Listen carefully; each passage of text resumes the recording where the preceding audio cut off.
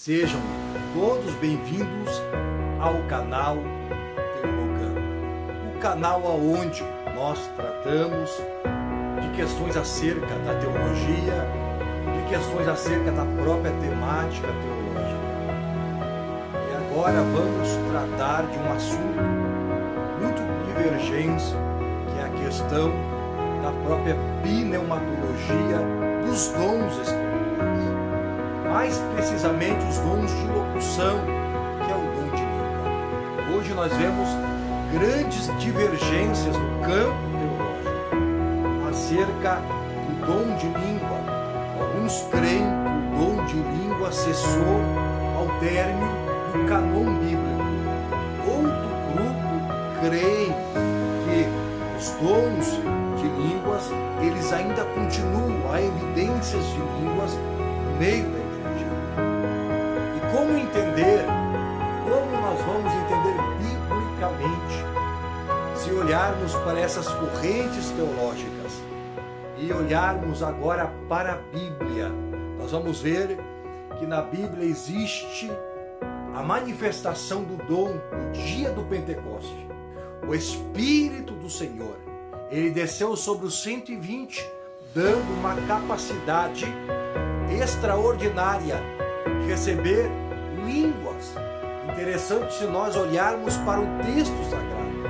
O texto vai mostrar que todos foram cheios do Espírito Santo e começaram a falar em outras línguas conforme o Espírito Santo concedia que falasse. Então seria uma capacidade do Espírito, uma capacidade sobrenatural. E aí existe também um campo de divergência, porque aqui eles falam as línguas nacionais. Aqui eles estão falando línguas idiomáticas, porque havia 17 nações no dia do Pentecoste.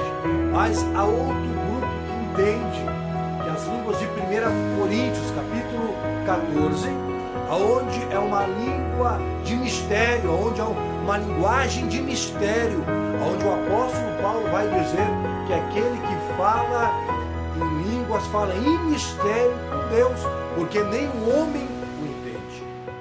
Nós vamos entender aqui, no mínimo, duas manifestações distintas. Nós vamos ver em Atos capítulo 2, no dia do Pentecoste, eles recebendo uma capacidade espiritual para proclamar. Eu vejo aqui um objetivo muito claro, porque havia as 16 nações, ou melhor, 17 nações ali.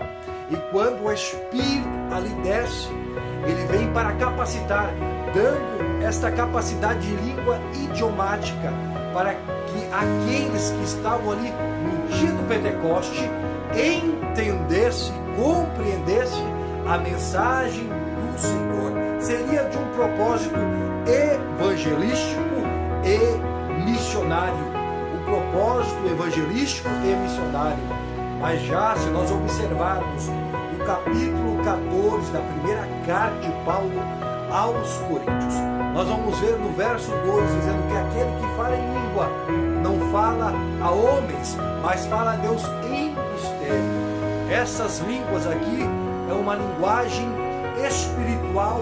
O Espírito Santo capacita o crente, primeiro, para receber uma edificação interna, porque aquele que fala em língua e não interpreta, então fala em mistério consigo mesmo. Então há um propósito, o propósito de uma edificação espiritual e interna. Então nós temos que entender que o propósito das línguas aqui em 1 Coríntios 14 é um propósito muito claro de uma edificação interna. Não é para homens, mas sim para uma edificação interna. Claro que depois de essas línguas sendo interpretada, ela vira uma profecia, porque aí sim aqueles que estão ali reunidos vão receber uma edificação totalmente correta e mútua pela palavra, que agora uma língua interpretada vira profecia. Aqui nós temos que entender estas distinções muito claras. Eu creio particularmente, sou do segundo grupo, não sou do primeiro que acredita que esses dons cessaram. Eu sou do segundo. Creio na atualidade dos dons. Os dons estão para a igreja. Os dons são capacidades que o Senhor deu à igreja, são nossos. Então vamos tomar posse dos dons espirituais, porque Deus derramou a igreja, deu essa capacitação para a igreja poder ministrar aonde o homem não consegue, aonde o homem é limitado. Vem a capacitação do Espírito, aí ele pode operar coisas extraordinárias. E as línguas, como eu disse em primeiro plano, não as línguas de Atos 2, mas as línguas de 1 aos Coríntios 14, é uma linguagem de oração, é uma linguagem onde o crente fala em mistério com Deus.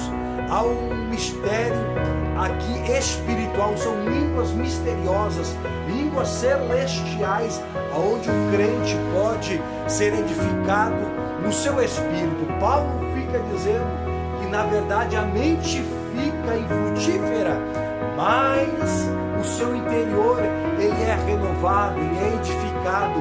Por isso, vamos orar com os nossos idiomas terrenos, mas vamos também orar em língua.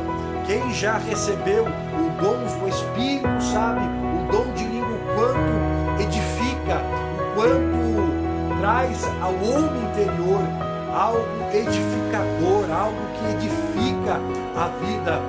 Esses dons estão à disposição da igreja.